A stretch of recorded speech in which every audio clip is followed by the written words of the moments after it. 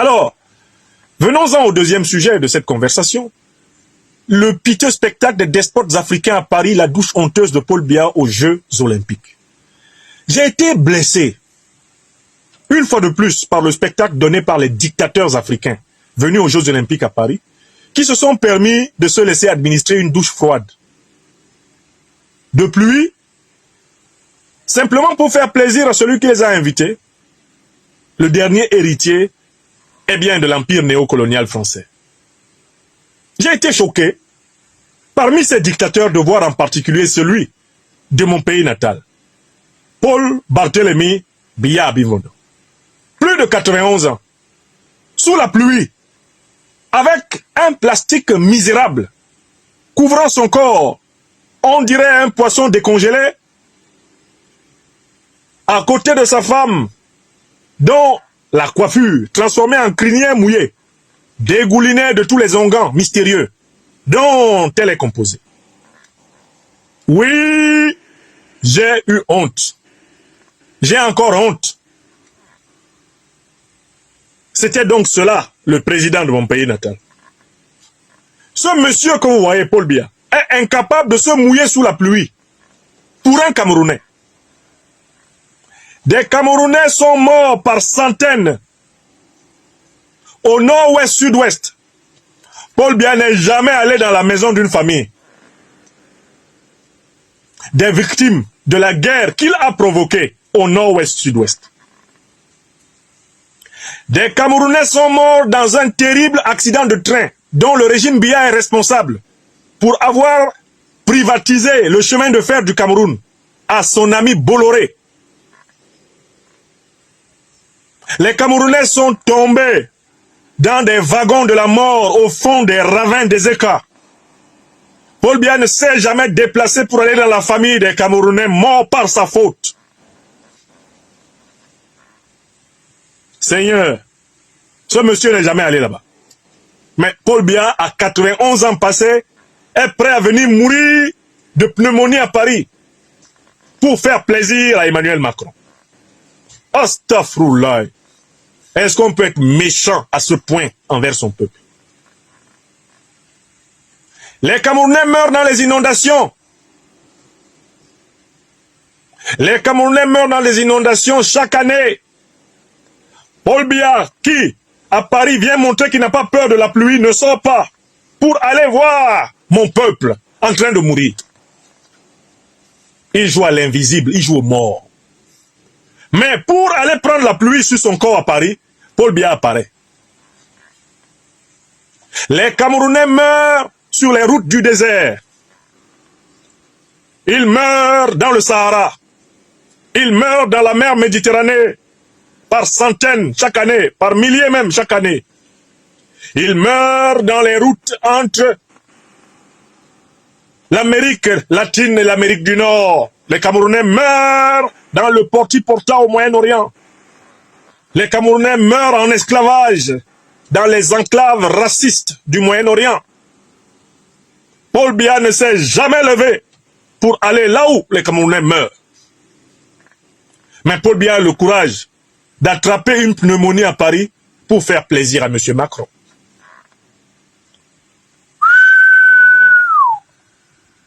Hein? Mais c'est pas possible. Quand on dit que quelqu'un est méchant et qu'il a fait de la méchanceté son être naturel, vous voyez ça? C'est ça, le dictateur africain. Le dictateur africain dans sa forme la plus sévère, dans sa forme la plus tranquille, la plus insouciante, dans sa forme la plus inconsciente. Et en plus, il y a des gens qui le soutiennent. Il y a des gens qui le félicitent pour ça. Il y a des gens qui réussissent à nous dire que ce monsieur est un panafricaniste.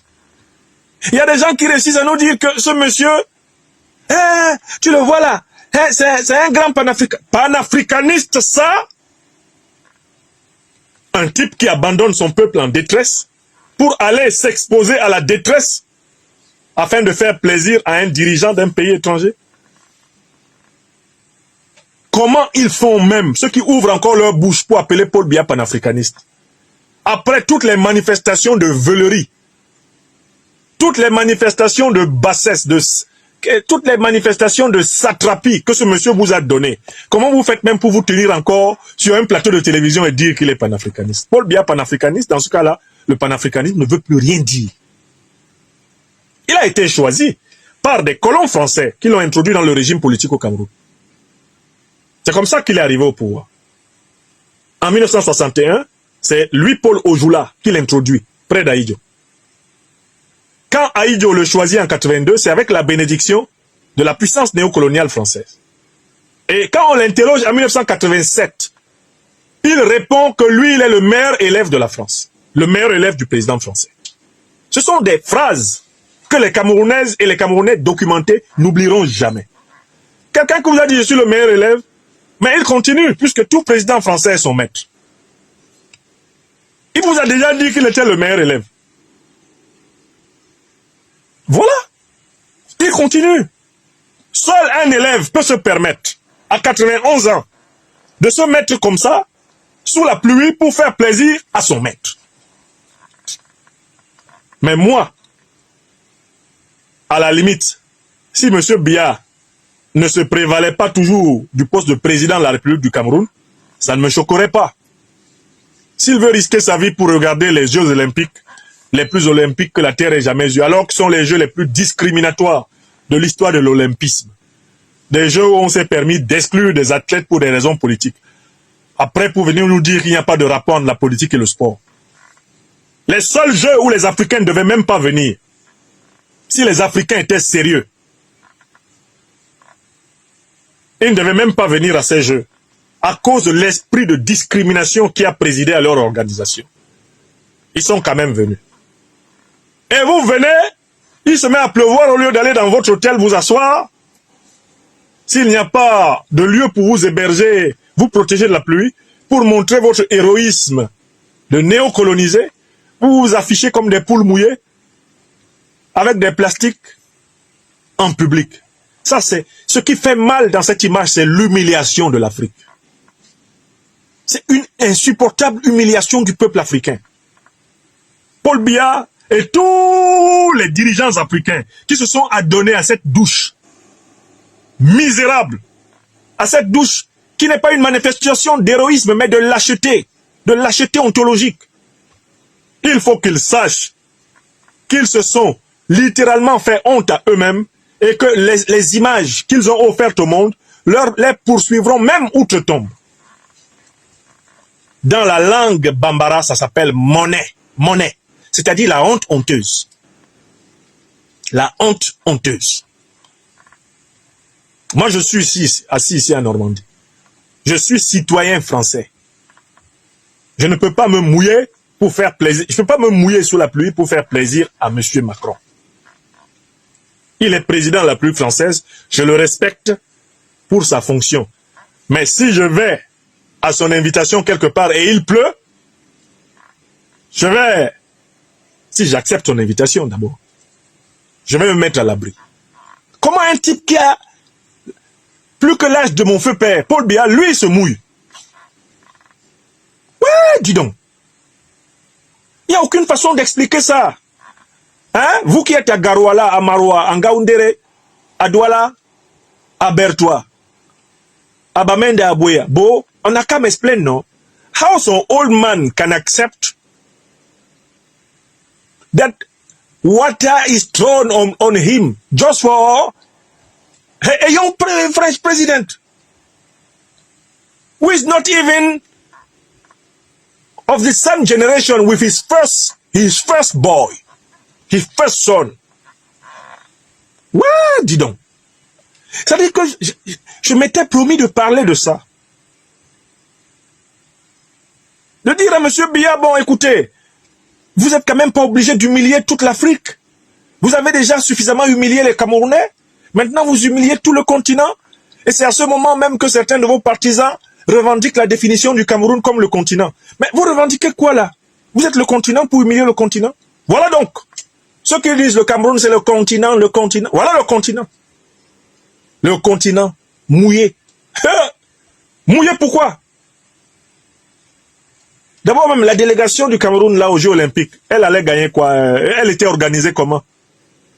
Une délégation remplie de scandales. Il y avait des voleurs, des gens ont voulu voler les budgets, des faux actes de naissance, des faux... Vous êtes allé faire quoi? Vous alliez même faire quoi là-bas? Est-ce que c'est sérieux ça?